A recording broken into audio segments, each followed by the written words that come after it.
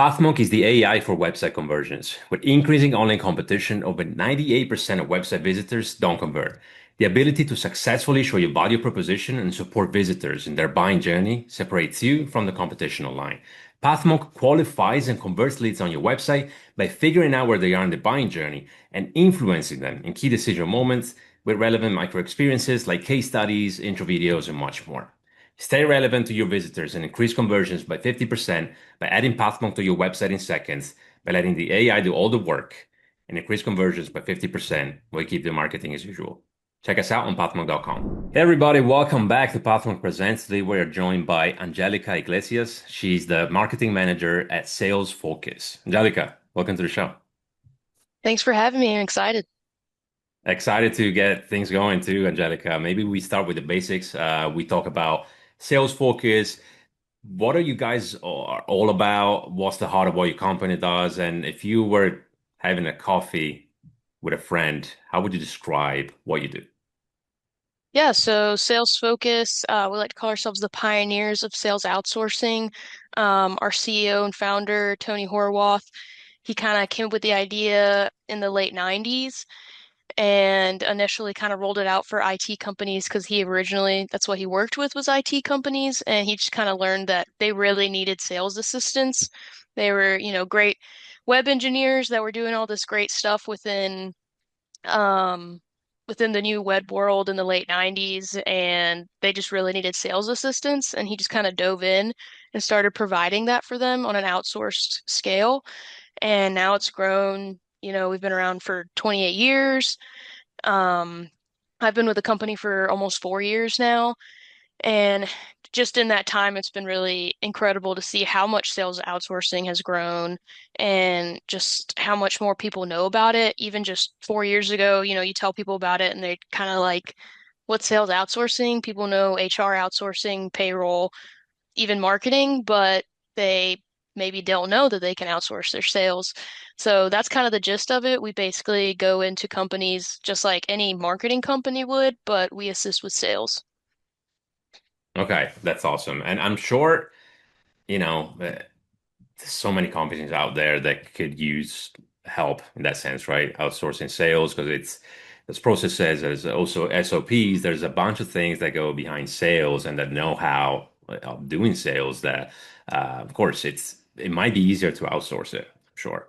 Um, are there any specific industries or verticals even that you guys focus on? You said you focused on IT first, but at the moment, what's the landscape looking like? Are you focusing on specific companies and who's in terms of marketing, who's your ICP, if you will? Yeah, so we can work within almost any industry, but we do have four main focuses with energy, telecommunications, healthcare, and still that like IT SaaS.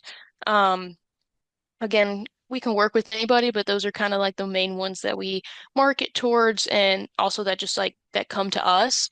So IT and healthcare, they kind of tend to be more of that inside sales. So we have a sales center in Charleston, South Carolina, where we have a team here, kind of like a call center, and we just have people all day long, selling for these companies. And then telecommunications and energy tend to be more outside sales. So we actually have people all across the country knocking on doors, going to businesses and selling products and services.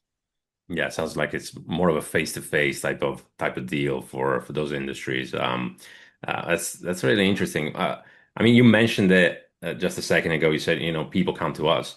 Now, I'd like to understand how do these people discover you? Right? They're in a way just trying to understand what marketing channels have become your go-to for bringing in more of those people and keeping that pipeline, if you will, filled up.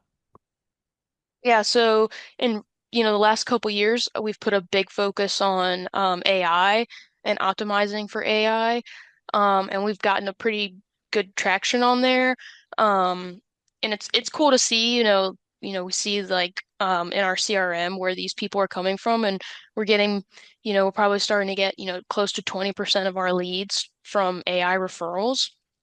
Um, so I would say that's a big thing. Anybody who's doing any kind of marketing lead generation, definitely try and optimize for AI.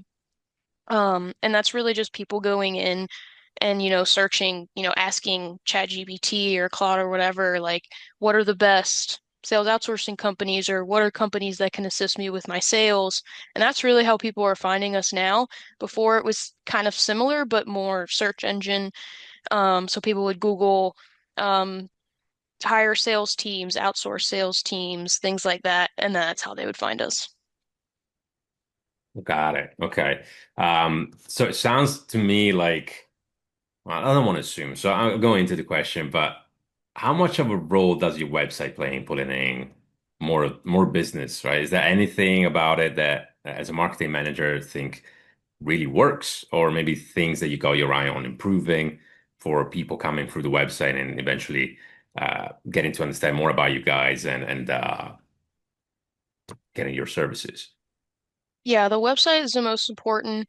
Obviously, we have all of our landing pages there. It's a big part of just the marketing and lead generation that we do.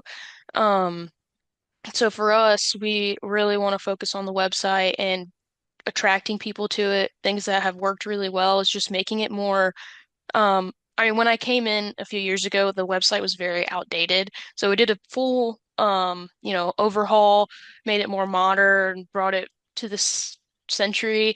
Um, and then on top of that, we've just kind of continued to optimize based on again AI and SEO, but just making it more user friendly. We want to make sure when people come to the website, it's easy to understand, it's visually pleasing, and they can go through the website easily and get the information that they're looking for.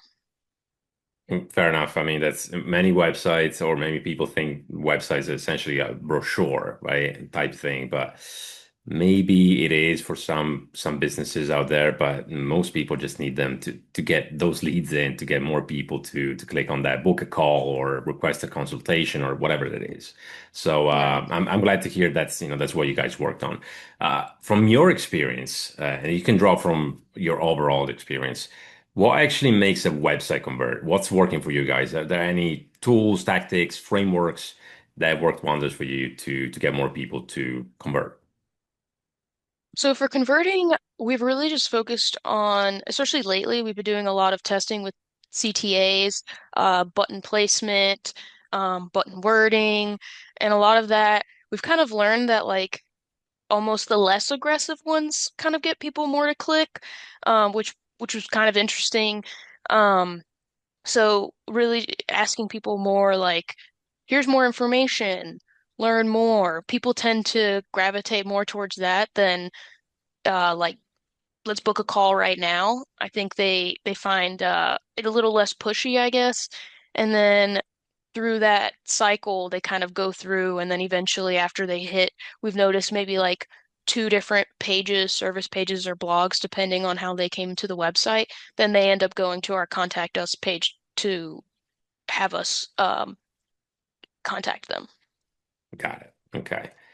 That's all super interesting, and we could talk about this for the rest of the episode here, but I want to actually switch gears for a second, Angelica, and maybe talk about you as a marketing manager. Just for our listeners and myself, understand, what does a typical workday look like for you? What are the main things you focus on as a marketing manager at SalesFocus? Uh, what's it like? Yeah, so I kind of do a little bit of everything, and I definitely don't just focus on marketing. I do a lot of communications and PR for the company as well. Basically, anything that you are reading from SalesFocus, I wrote it. So that's kind of a big Hmm. part. All of the branding, the copy, things like that, press releases, blogs. We do have a content team now, so they kind of help more with the blogs. But as far as like social media, any kind of like s smaller things on the website, but even still, a lot of the blogs I have written too. So I manage our SEO team, manage the content, manage social media.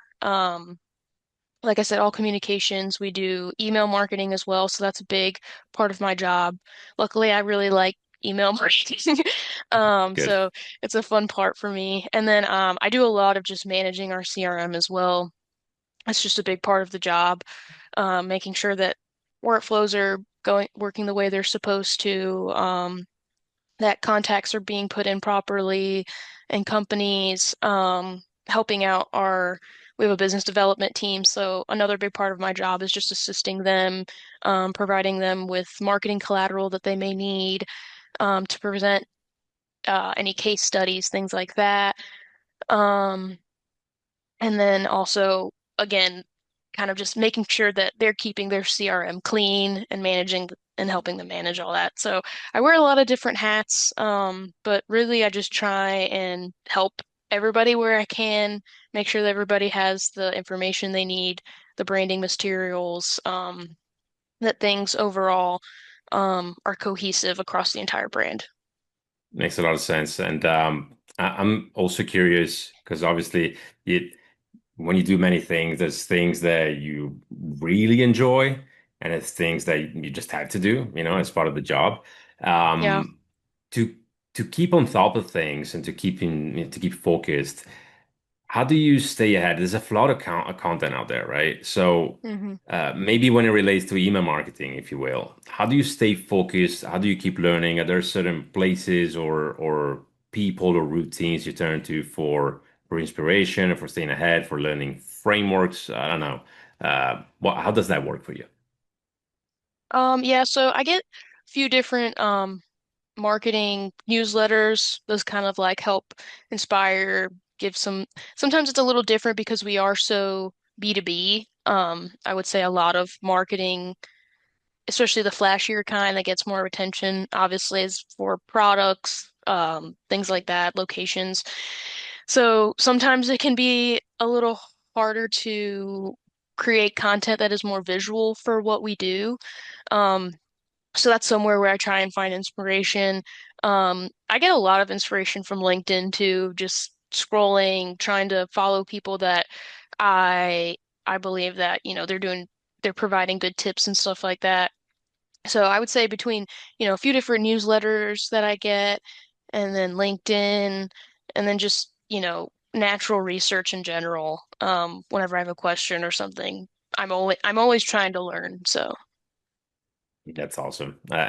Maybe these days with AI, it's also easier to scour through, say, the content that's out there. If you ask for a specific question, then you can, maybe you find something new, or maybe you find like a summary of what could be a article or even a book at times. So um, and that's what I'm speaking for myself. At that point, that's what I do, right? But yeah, super interesting. Now, staying on that content topic, I would love us to maybe shift to our last segment of the episode since we're about to wrap things up, Angelica. It's a rapid fire segment. And it's just a few questions really to keep things light and engaging. Are you ready for it? I'm ready. All right, let's do it. So, when it comes to consuming content, do you prefer watching, listening, or reading? I definitely do listening the most. Okay, so what's the latest piece of content? Could be a podcast, could be an audiobook that you picked up. And was there anything that really stuck with you in it? It could be anything. It doesn't have to be work related. Anything. Yeah, I recently read a whole series. Actually, I actually read this one. I didn't do it in audio. So I kind of do a lot of audiobooks, but then sometimes I try and pick up a real book now and then Yeah. too. But actually with this book, because it was it was like 600 pages. I ended up kind of like doing it half and half, audiobook, half real book. Um, but picking up from it, I mean, honestly, this isn't even related to the book, and I know this is something that people already kind of know and say, but reading is like really relaxing, and I know it's kind of a silly thing to say, but I kind of like started picking it up when I was a little more stressed, like a month ago, and it's just really helped with like keeping calm, taking like a step back. I feel like in this digital world, we're like constantly scrolling and like have all this information. So just like being able to read a book and it's like slow pace and kind of just calms you down. So that would be my takeaway would be give yourself some time to get away from the digital screen. I love that. Yeah, no, that's a great message, and I can totally relate to it. It's just being able to zoom in and zone out in a way as you're reading something. I guess you focus on that, and that's nothing else kind of stimulating you, right? But Right. that's interesting. So if you completely different question, but if you had a magic wand and you could fix one frustrating thing in your marketing life with tech, what would you pick? Probably HubSpot. What I would choose um would be tough. I wish I could just honestly like because we have almost 100,000 contacts and most of them obviously there before I ever got to the company. So I think if I could just go in and magically clean them all perfectly, get everything the way I want it, that would be what I would do. I'm sure. Well, as soon as you said HubSpot, I said, here we go. Because it's a beautiful, and by the way, Pathmark is a HubSpot partner, but um, it's a beautiful platform.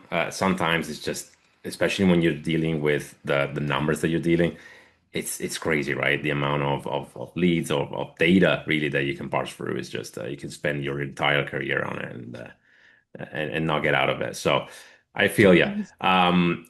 Last one. What's one repetitive task that you love to put on autopilot forever? Repetitive task.